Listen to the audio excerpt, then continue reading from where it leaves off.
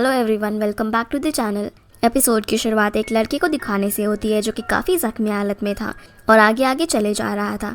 तभी एक अनजान शख्स आकर इस बच्चे को अपने साथ उठाता हुआ ले जाता है और इसे जाकर एक पेड़ पर लिटा देता है।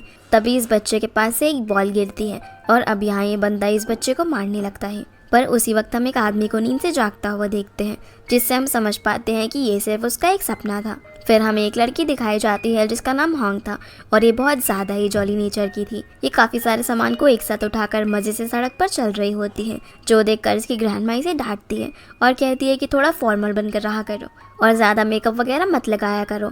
तब होंग लेक्चर से बचने के लिए जल्दी से यहाँ से भाग जाती है और रास्ते में मस्ती करते हुए उछलती कूदती चलने लगती है।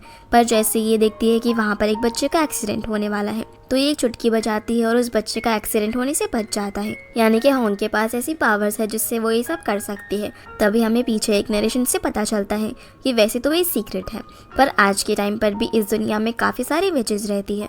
फिर हम एक रेस्टोरेंट को देखते हैं जिसको 3 विचेज ने मिलकर खोला हुआ था। अब यहाँ से सीन कट होकर हमारे दूसरे मेन कैरेक्टर सॉन्ग पर आता है, जो कि एक कंपनी का सीईओ है। सॉन्ग अंदर जाकर अपनी सेक्रेटरी से बातें करने लगता है और इन दोनों की बातों से हमें पता चल पाता है कि सॉन्ग एक बिल्डिंग को ढूंढ रहा है जो कि इसके 25 साल पुराने पास्ट से रिलेटेड है। साथ ही इसे बार बार वो बिल्डिंग अपने सपने में दिखती है। इसी वजह से ये शहर में जाकर अपनी सेक्रेटरी के साथ उस बिल्डिंग को ढूंढने लग जाता है, जो कि एक पुराना घर था। पर पहले तो उसे ये जगह काफ़ी ढूंढने पर भी नहीं मिल रही होती, लेकिन थोड़ी देर बाद इसे वो बिल्डिंग मिल जाती है, जो कि कोई और जगह नहीं बल्कि वही रेस्टोरेंट था जिसे होंग की मॉम और उसकी ग्रैंडमा ने खोला हुआ था। सॉन्ग अपनी सेक्रेटरी से इस जगह के बारे में पता करने को बोलता है। जवाब में इसे पता चलता है कि वो एक रेस्टोरेंट है। सेक्रेटरी यहाँ पर बातें करते हुए गाड़ी चला रहा था। इसी वजह से इसका एक लड़की से एक्सीडेंट हो जाता है, जो कि कोई और नहीं बल्कि होंग थी, जो देखकर सेक्रेटरी डर जाता है।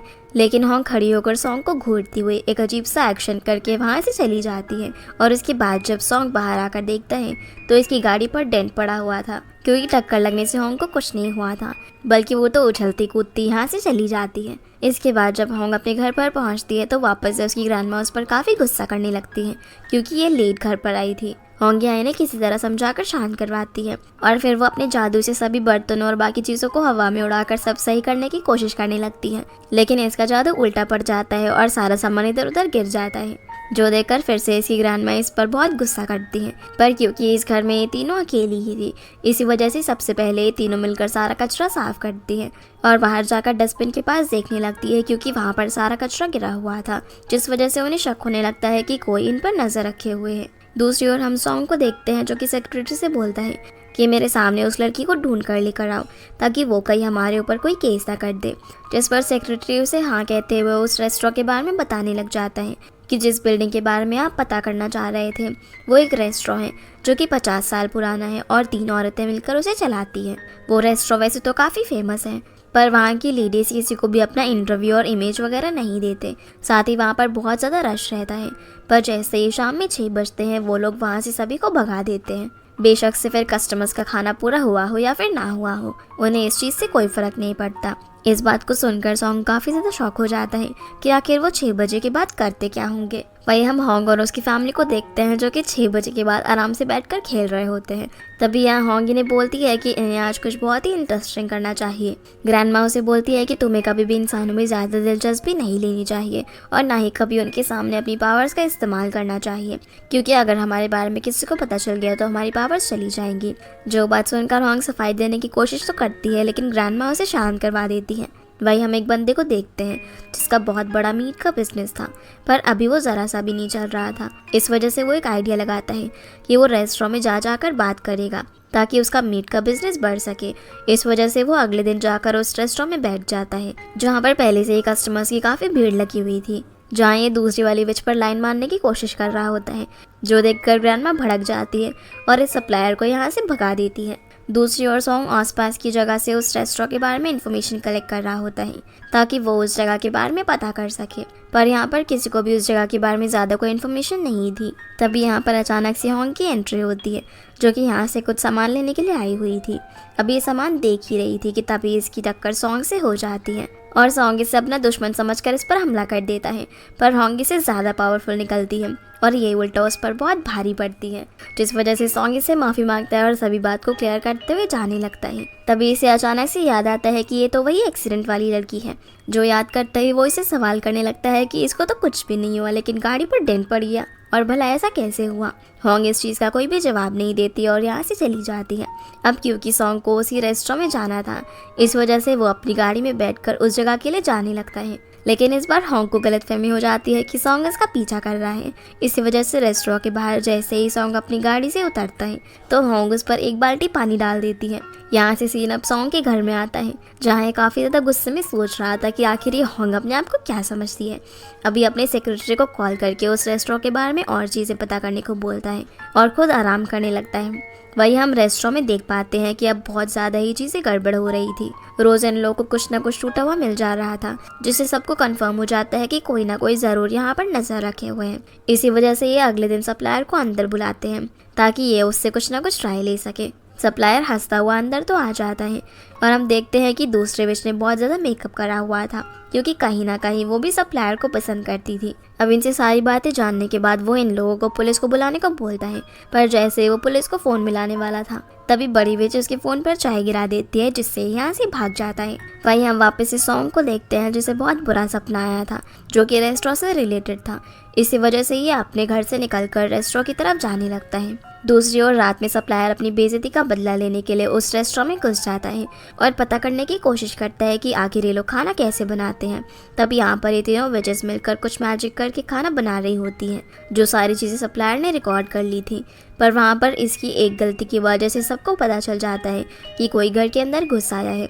इसी वजह से ये तुरंत ही सप्लायर को पकड़ लेते हैं, जिसके बाद ग्रैंडमा उसकी याददाश्त अपनी पावर से मिटाकर उसे अपने साथ एक गाड़ी में बैठाते हुए लेकर कहीं पर जाने लगती है, जिन्हें जाते हुए सॉन्ग देख लेता है।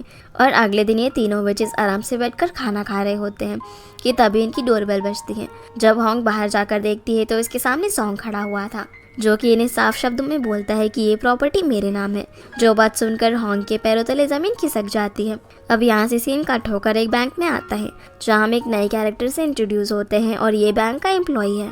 यहाँ पर एक बहुत ज़्यादा रिच पर गुस्सैल कस्टमर को शांत करवाकर सब कुछ संभालता है और किसी न किसी तरह किस कस्टमर को खुश करके भेज देता है, जिसका नाम मिन है। सीना वापस से रेस्टोरेंट में आता है, जहाँ पर सभी वेचेस काफ़ी दुखी होकर बैठी हुई थी। पहले तो सॉन्ग बहुत ही आराम से इन्हें सब कुछ समझाने की कोशिश कर रहा था, पर ये लोग बोल रहे होते हैं कि ये हमारा रेस्टोरेंट है और ग्रैंडमा उसे यहाँ से जाने को कहती है। पर क्योंकि सॉन्ग के पास इस जगह के पेपर्स थे, इसी वजह से ये उन्हें 2 हफ्ते का टाइम देकर यहाँ से चला जाता है। होंग को यहाँ लगता है कि क्योंकि उसने इसके ऊपर पानी फेंका था, इसी वजह से ये ऐसा कर रहा है, पर ऐसा नहीं होता। सॉन्ग यहाँ बोलता है कि अगर तुम्हें रेस्टोरेंट बंद नहीं करवाना तो तुम्हें मुझे अब से रेंट देना होगा, जिसमें 1 लाख डिपॉजिट और 20,000 पर मंथ। जो सुनकर सभी लोग शांत हो जाते हैं और साथ ही काफ़ी ज़्यादा परेशान भी, क्योंकि इनके पास कोई भी सेविंग्स नहीं थी। पर सॉन्ग ये सब बोलकर यहाँ से उठकर चला जाता है, जिसके जाने के बाद सभी लोग सोचने लगते हैं कि अब क्या किया जाए। ये सोचते हुए ये लोग अलग अलग प्लान बनाने लग जाते हैं कि ये लोग रेस्टोरेंट को अब से 24 घंटे चलाएंगे और कुछ ना कुछ करके किसी न किसी बैंक से लोन ले लेंगे। जो सब कुछ सोचने के बाद ये लोग अगले दिन बैंक में जाने का डिसाइड करते हैं। अब हम मिन को देखते हैं, जो कि उसी रेस्टोरेंट के बाहर आता है और विंडो पर होंग उसे हाय करती है। तभी हमें पता चलता है कि मिन ही वही लड़का है जिससे होंग बातें किया करती थी और वो उसे काफ़ी पसंद भी करती है। अगले दिन ये एक जगह पर मिलते हैं, जहाँ होंग इसे सब कुछ शेयर करते हुए कुछ मदद करने को बोलती है। अब जैसे ही मिन को ये पता चलता है कि ये रेस्टोरेंट उनका नहीं है, तो वो काफ़ी अजीब बिहेव करने लगता है, क्योंकि ये चाहता था कि ये किसी अच्छी और बढ़िया रिच लड़की से शादी करे। पर यहाँ होंग को लग रहा था कि वो उसकी इस परेशानी को सुनकर परेशान हो जाएगा, लेकिन मिन तो अपने लिए परेशान हो रहा था और सोच रहा था कि वो कैसे अब होंग से पीछा छुड़वाए। इसीलिए वो कोई ना कोई बहाना करके यहाँ से निकल जाता है। तब होंग को लगता है कि शायद वो उसकी मदद ज़रूर करेगा और ये टेंशन फ्री हो जाती है। आगे हम बाकी विचेस को देखते हैं, जो कि बहुत सारे बैंक्स में जाती हैं, पर उनकी हालत को देखकर कोई भी उन्हें लोन देने के लिए तैयार नहीं था, जिस वजह से ये लोग निराश होकर घर जाने लगती हैं। दूसरी ओर वो रिच लेडी वापस से बैंक में आ जाती है और कहती है कि मैं इस बैंक से अपना अकाउंट बंद करवाना चाहती हूँ। ये बात सुनकर मैनेजर भागता हुआ आता है और मिन को बोलता है कि तुम्हें कुछ करना पड़ेगा, क्योंकि ये लेडी बहुत ज़्यादा रिच है। जो सुनकर मिन वापस से खुश हो जाता है और उस लेडी के पास जाकर उसे बातें करते हुए उसे खुश कर देता है। साथ ही साथ वो उसके बारे में काफ़ी सारी चीज़ें भी पता कर लेता है।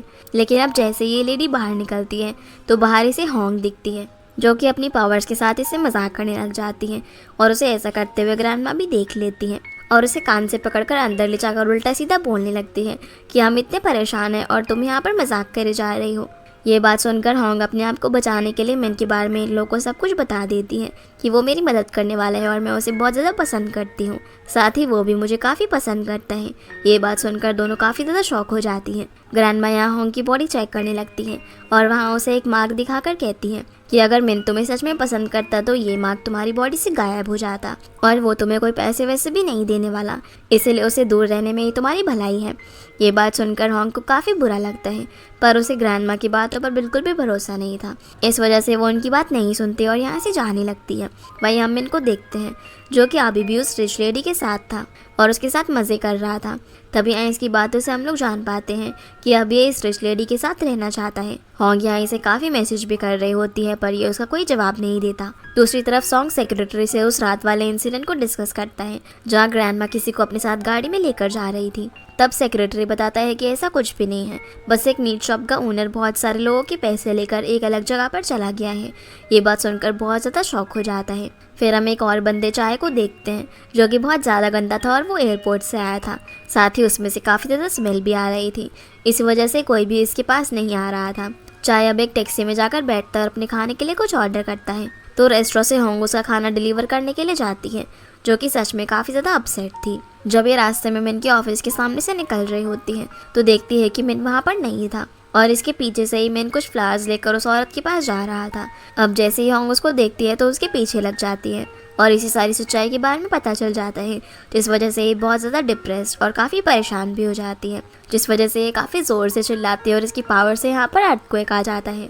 लेकिन ये अब किसी न किसी तरीके से खुद को शांत करके रोड के किनारे जाकर रोने लगती है। तब सॉन्ग भी यहाँ से जा रहा था जो कि होंग को रोते हुए देख लेता है और उसका पीछा करने लगता है। होंग एक शॉप पर जाकर काफ़ी ज़्यादा ड्रिंक करती है और इंसानों के बारे में कहने लगती है कि ये सब पागल होते हैं और सब मतलब भी होते हैं, इन लोगों को ट्रू फीलिंग्स बिल्कुल भी समझ नहीं आती। इसकी ऐसी बातें सुनकर सॉन्ग उससे पूछने लगता है कि क्या तुम इंसान नहीं हो। इस पर ये इसके पास आती है और आराम से कहती है कि नहीं, मैं एक चुड़ैल हूँ। ये बोलकर होंग यहीं पर बेहोश हो जाती है। सॉन्ग अब यहाँ इसे काफ़ी उठाने की कोशिश करता है पर वो नहीं उठती, इसलिए उसे उठाकर अपने साथ ले जाने लगता है। जब ये रास्ते में होते हैं तब एक गली में काफ़ी ज़्यादा अंधेरा हो रहा था, लेकिन जैसे ये स्ट्रीट में कदम रखता है और आगे बढ़ता है तो वहाँ की सारी स्ट्रीट लाइट्स अपने आप ही जलने लग जाती हैं। ये देखकर सॉन्ग काफ़ी शॉक हो जाता है। आगे हम देखते हैं कि जब होंग की आँख खुलती है तब वो सॉन्ग के घर में थी, जहाँ ये अपनी पावर्स की मदद से पानी के गिलास को अपने पास बुलाने का ट्राई करती है, पर यहाँ इसकी पावर्स काम नहीं कर रही थी। सॉन्ग यहाँ पर आकर इससे पूछता है कि क्या हुआ, तुम्हारी पावर्स काम नहीं कर रही। ये सुनकर होंग को याद आता है कि रात में इसने नशे की हालत में इसको बता दिया था कि वो एक विच है। पर सॉन्ग बोलता है कि क्या तुम पागल हो, तुम भला ऐसे कैसे सोच सकती हो। इस पर होंग स्माइल करती है और कहती है कि हाँ, ऐसा कुछ भी नहीं होता। ये बात बोलकर ये यहाँ से जाने लगती है, पर सॉन्ग इसे रोकता है और उसे पूछने लगता है कि क्या तुम्हें याद है कि तुमने पिछली रात मेरे साथ क्या क्या किया। ये सुनकर होंग काफ़ी ज़्यादा शॉक हो जाती है क्योंकि इसे लग रहा था कि शायद रात में इन दोनों के बीच कुछ हुआ है जो कि नहीं होना चाहिए था, इसीलिए अभी सॉन्ग को घूरने लगती है। पर सॉन्ग अपना सर नीचे करके उसे अपनी सर पे लगी हुई बैंडेज दिखाता है, जो देखकर होंग को याद आ जाता है कि कल रात उसने मिन का सारा गुस्सा सॉन्ग के सर पर काट कर निकाला था और जब सॉन्ग ने अपने आप को छुड़वाने की कोशिश की थी तब होंग ने उसके पैर पर भी काट लिया था। ये बात याद करते वो थोड़ा रिलैक्स हो जाती है, पर वो अब भी काफ़ी ज़्यादा परेशान थी। इसी वजह से वो बहाना बनाती हुई यहाँ से भाग जाती है। दूसरी तरफ ग्रैंडमा और विच नंबर 2 एली दोनों ही काफ़ी ज़्यादा परेशान थी कि होंग कहाँ पर होगी। ग्रैंडमा बोलती है कि तुमने जो गलती करी थी मैं नहीं चाहती कि वो भी वैसे ही गलती करे, इस वजह से मैं हर चीज़ के लिए उसे काफ़ी ज़्यादा मना करती हूँ। ये बात सुनकर एली थोड़ा शांत हो जाती है। वहीं जब होंग घर पहुँचती है तो ये अपने रूम में जाकर अपने सिंबल को चेक करती है, पर यहाँ उसका सिंबल गायब हो चुका था, जिससे वो और ज़्यादा परेशान होने लग जाती है। फिर हम एक शूटिंग लोकेशन पर 2 एक्टर्स को देख पाते हैं जिनका नाम एमी और क्योंग था और इन दोनों की आपस में बिल्कुल भी नहीं बनती थी, इसीलिए ये दोनों शो के अंदर बहुत ज़्यादा लड़ाई करने लगती हैं, जिस वजह से इन दोनों को शो से निकाल दिया जाता है। क्योंकि यहाँ पर कॉल करके सॉन्ग को मिलने के लिए बुलाती हैं और जब ये दोनों मिलते हैं तो इनकी बातों से हमें पता चलता है कि क्योंग सॉन्ग को बहुत ज़्यादा पसंद करती हैं, पर सॉन्ग इसे शादी नहीं कर सकता क्योंकि ये उसके स्टेटस की नहीं है। इसी वजह से क्योंग ने मॉडलिंग करना चालू करी ताकि वो बहुत सारे पैसे कमा सके। अब यहाँ पर जब ये दोनों बातें कर ही रहे थे तभी पीछे से कोई उनकी फोटोज क्लिक कर रहा था। वहीं होंग बहुत ज़्यादा परेशान थी क्योंकि उसकी पावर्स बिल्कुल भी काम नहीं कर रही थी। इसीलिए ये एली से बात करती हुई पूछती है कि अगर कोई विच अपनी पावर खो देती है तो क्या होता है, जिस पर वो बताती है कि तब उसकी लाइफ बहुत ज़्यादा बेकार हो जाती है क्योंकि फिर वो डिप्रेशन में आ जाती है। एली अब उसे एक विच के पास लेकर जाती है जो कि पागल हो गई थी क्योंकि उसने एक इंसान से प्यार किया था जिसने कि उसे धोखा दे दिया और उसकी पावर्स चली गई, जिसके बाद ये बिल्कुल भी अपने आप को कंट्रोल नहीं कर पाई और पागल हो गई। ये सब देखने के बाद होंग काफी ज्यादा परेशान होने लगती है, पर अभी ये किसी को बताती नहीं कि इसकी पावर्स चली गई है। ये अब एक विच के बारे में पूछती है जो कि ब्लैक मैजिक करती थी। तब एली उससे दूर रहने को कहती है और यहाँ से वापस चली जाती है क्योंकि वो ब्लैक मैजिक करती थी। इसी वजह से विच कम्युनिटी में उसको अच्छा नहीं माना जाता था। ये बात सुनने के बाद होंग थोड़ा और परेशान हो जाती है। वहीं क्योंग बार बार सॉन्ग के पास आने की कोशिश कर रही थी, इसी वजह से वो गिरने का बहाना करती है, पर सॉन्ग उसको बचा लेता है, जिनकी इस तरह से कोई पीछे से फोटोज क्लिक कर लेता है। अगले दिन जब होंग खाना डिलीवर करने के लिए जाती है तब वो कम खाना लेकर जाती है क्योंकि उसकी पावर्स खत्म हो गई थी। और जब भी बाहर होती है तो हम चाय को देखते हैं जो कि इस पर नजर रखे हुए था क्योंकि वो एक डिजाइनर था और वो रोज होंग को देखकर उसका डिजाइन बनाता था। इसी वजह से वो होंग के पास चला जाता है जहाँ वो अपनी पावर्स के बारे में ही सोचती हुई आगे बढ़ रही थी। चाय इसके पास आकर इससे बकवास बातें करने लगता है, लेकिन ये उसकी बातों का कोई जवाब नहीं देती, पर ये फिर भी उससे बातें करता रहता है। लेकिन वो यहाँ से चली जाती है जहाँ रास्ते में उसे घर के बाहर सॉन्ग मिलता है, जहाँ चाय सॉन्ग को देखकर होंग के कंधे पर हाथ रख देता है और इसके सामने ऐसा प्रिटेंड करता है जैसे कि होंग और ये बहुत ज्यादा अच्छे फ्रेंड्स हो। पर सॉन्ग को इस चीज से कोई ज्यादा फर्क नहीं पड़ता, उल्टा उसे लगने लगता है कि ये वही लड़का है जिसकी वजह से होंग उससे 2 दिन से नाराज है और इसी की वजह से उसने उसके सर पर काटा था। ये बात याद आते ही वो और ज्यादा गुस्से में आ जाता है और जब ये अंदर जाता है तो सबसे कहता है कि मैं जानता हूँ कि तुम्हारे पास पैसे नहीं हैं, तो मैं तुम्हें बहुत ज़्यादा सस्ते में ये रेस्टोरेंट चलाने दूंगा, पर इसके बदले में तुम्हें मुझे यहाँ पर रहने की परमिशन देनी होगी। तुम्हारे पास सिर्फ कुछ समय का वक्त है और अगर तुम ऐसा नहीं करते तो ये रेस्टोरेंट खाली कर दो। इस बात को सुनकर ये सभी लोग काफ़ी ज़्यादा शॉक हो जाते हैं, पर क्योंकि ये लोग सॉन्ग को यहाँ पर रहने के लिए अलाउ नहीं कर सकते थे, इस वजह से ये लोग सोचने के लिए थोड़ा वक्त मांगते हैं और सॉन्ग यहाँ से चला जाता है, जहाँ वो एक एग्रीमेंट छोड़कर गया हुआ था जिसमें लिखा था कि जब सॉन्ग यहाँ पर आकर रहने लगेगा तो इन्हें उसकी कैसी देखभाल करनी होगी। ये देखकर ये सभी लोग डिसाइड करते हैं कि ये किसी कंपनी वाले को अपना इंटरव्यू दे देंगे जिससे उन्हें कुछ पैसे मिल जाएंगे। इसीलिए लोग कंपनी वाले को इंटरव्यू देने के लिए बुलाते हैं और एक पूरा शो ऑर्गेनाइज होता है, पर क्योंकि यहाँ पर भी एमी और क्योंग दोनों ही थी, इसी वजह से एक दूसरे को नीचा दिखाने में लगी रहती है, जिससे ये पूरा शो ही बर्बाद हो जाता है और इन सब का काम नहीं बन पाता। इस सब की वजह से होंग काफ़ी ज़्यादा परेशान हो गई थी और वो अपनी पूरी सिचुएशन के बारे में उस ब्लैक मैजिक वाली विच को बताने का डिसाइड करती है और उसके घर के पास चली जाती है। दूसरी ओर सॉन्ग काफ़ी ज़्यादा अजीब फील कर रहा था। तभी वो अपनी बॉडी पर लगे एक निशान को देखता है जो इसे पास में लगा था। इस निशान के बारे में वो जानना चाहता था। वही होंग विच के पास जाकर उसे अपनी कंडीशंस बताती है और उससे पूछती है कि क्या कोई रास्ता है जिससे वो अपनी पावर्स वापस पा सके। इस बात का जवाब देने के लिए विच उससे कुछ ऐसा मांगती है जिस चीज़ से उसकी काफ़ी सारी यादें जुड़ी हुई हो। तो होंग उसे एक प्लेट देती है, लेकिन उसका काम नहीं बनता। इस वजह से वो अपनी मॉम डैड की रिंग उस विच को देनी पड़ती है, जिसको छूकर विच उसकी यादें चेक करती है तो उसे दिखाई देता है कि होंग के मॉम डैड की शादी होने वाली है। लेकिन वो सीन चेंज होकर एक ऐसी जगह में बदल जाता है जिसमें एक औरत जल रही थी। ये देखकर विच काफ़ी ज़्यादा डर जाती है और अभी होंग की मदद करने के लिए तैयार हो जाती है। वहीं हम चाय को देखते हैं जहाँ पर वो अपने डिज़ाइनिंग का काम करता था। वहाँ से उसे काफ़ी डांट पड़ रही थी क्योंकि उसके डिज़ाइंस को अब कोई भी नहीं खरीद रहा था। इसी वजह से वो उदास होकर अपने घर में पहुँचता है, जहाँ से वो देखता है कि सॉन्ग भी अब होंग के घर में ही रहने के लिए आ गया है। ये देखकर वो काफ़ी ज़्यादा जेलस फील करने लगता है क्योंकि ये कहीं ना कहीं होंग को पसंद करता था और वो नहीं चाहता था कि कोई और उसके आसपास रहे। जब सॉन्ग अंदर होता है तो अपने रूम में एक सीसीटीवी कैमरा लगवाता है। ग्रैंडमा उसे बोलती है कि तुम कहीं भी जाओ, ये तुम्हारा घर है, पर किचन और स्टोर रूम में नहीं जा सकते, ये कॉन्ट्रैक्ट का हिस्सा है।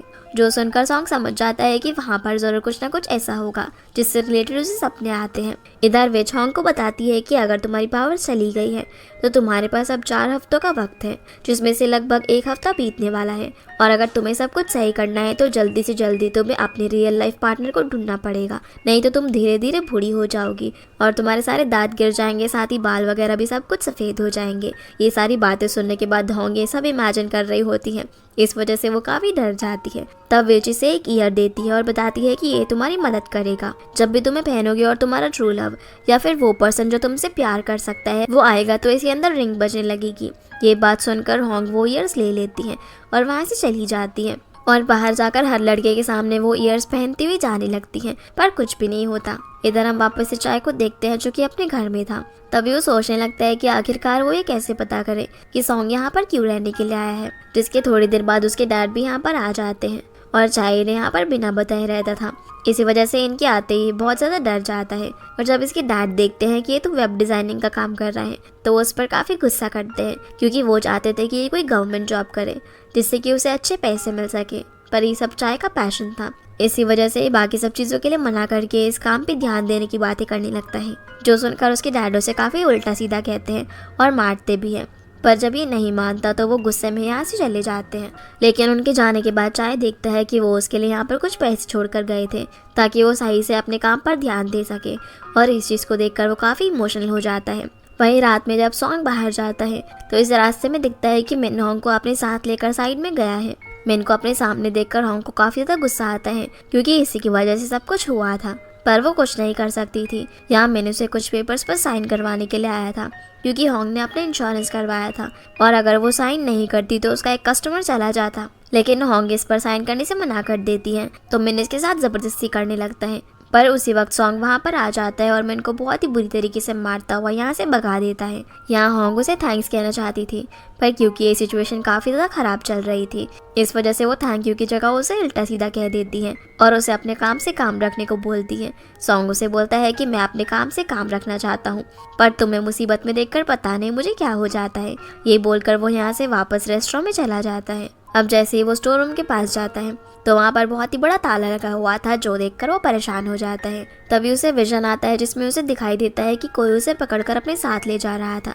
इसके बाद सॉन्ग सोने चला जाता है और जब ये अगले दिन उठता है तो होंग को छोड़कर सबका बिहेवियर इसके लिए काफ़ी अच्छा रहता है। वहीं ब्रेकफास्ट के बाद होंग वापस से उन ईयर्स को पहनकर अपने लाइफ पार्टनर को ढूंढने के लिए निकल जाती है, पर सुबह से रात हो जाती है लेकिन इसे कोई भी नहीं मिलता और अब ये बहुत ज़्यादा परेशान हो गई थी। इसी वजह से ये बस में बैठकर वापस अपने घर जाने लगती है। इसी बस के अंदर इसे चाय भी मिल जाता है, जो कि इसे अपने पास बैठा लेता है और क्योंकि ये काफ़ी ज़्यादा ड्रंक था इसी वजह से वो फालतू की बातें करते हुए उसे बता देता है कि सॉन्ग के रेस्टोरेंट में आने की वजह से वो काफ़ी ज़्यादा जेलस फील करता है और ड्रंक होने की वजह से अब वो होंग के कंधे पर सर रख कर ही सो जाता है। जिसके बाद हम सॉन्ग को देखते हैं जो कि ऑफिस में बैठा हुआ था और चाय को ढूंढने की कोशिश कर रहा था, क्योंकि इसे उसके डिज़ाइन काफ़ी ज़्यादा पसंद आए थे और वो उसे और ज़्यादा काम देना चाहता था। इस वजह से ये उसका एड्रेस निकलवा कर उसके घर जाने लगता है। वहीं होंग चाय को किसी तरह अपनी पीठ पर बैठाकर घर की छत पर ले जाकर बैठा देती है, जहाँ इसने अपने कान भी ऐसे ही टेबल पर रख दिए थे। होंग भी यहाँ उसे उठाने के लिए हरकतें करने लग जाती है और यहाँ चाय को ऐसा लगता है कि ये कोई खाने की चीज़ है, जिसे इस तरह देखकर होंग उसे सब छीनने की कोशिश करती है, पर इसी दौरान वो गलती से चाय के ऊपर गिर जाती है। उसी वक्त सॉन्ग भी चाय के घर में पहुंच जाता है और इन दोनों को इस तरह देखकर काफ़ी ज़्यादा शॉक और जेलस भी होता है, लेकिन सॉरी बोलकर यहाँ से चला जाता है। होंग अब बाहर आकर उसे बोलने लग जाती है कि तुम तो बहुत ज़्यादा ही जेलस पर्सन हो, तो सॉन्ग उसे उल्टा सीधा कहने लगता है कि तुम बेकार लड़की हो, तुम्हारा अभी ब्रेकअप हुआ है और तुमने अभी ऐसे ही दूसरे लड़के को डेट करना चालू कर दिया। ये सुनकर होंग बोलती है कि भला तुम इतना जेलस क्यों फील कर रहे हो, और क्या ऐसा इसलिए है कि तुम्हें कन्फेस करने का मौका नहीं मिला कि तुम मुझे पसंद करते हो, और अगर तुम कन्फेस करते भी तो मैं तुम्हें ये कहकर रिजेक्ट कर देती कि तुम मेरे टाइप की नहीं हो। अभी मजाक मजाक में सॉन्ग को और भी ज़्यादा चीज़ें कह देती है, जो कि बहुत ज़्यादा फनी सीन था। फिर जब ये यहाँ से जाने लगती है तो सॉन्ग चिढ़कर उसे बोलता है कि तुम मेरे टाइप की नहीं हो। अगले दिन हम देखते हैं कि होंग की कुछ गलतियों की वजह से बाकी दोनों विचेस को पता चल जाता है कि होंग की पावर चली गई है। ये जानते ही दूसरे विच काफ़ी ज़्यादा डर जाती है, पर ग्रैंडमा कहती है कि मैं उसके साथ वो नहीं होने दूंगी जो कि उसकी मॉम के साथ हुआ। वही हम होंग को देखते हैं जो कि अभी भी अपने पार्टनर को ढूंढने में लगी हुई थी और दूर से चाय से खड़ा होकर देखते हुए स्माइल कर रहा था। इसी के साथ ये एपिसोड यहीं पर खत्म हो जाता है। तो गाइस ये थी आज की वीडियो एंड आई होप आप लोग को ये वीडियो पसंद आई होगी, तो इस वीडियो को लाइक कर चैनल को सब्सक्राइब जरूर कीजिएगा। आपसे फिर मिलते हैं अगले एपिसोड में, तब तक के लिए गुड बाय।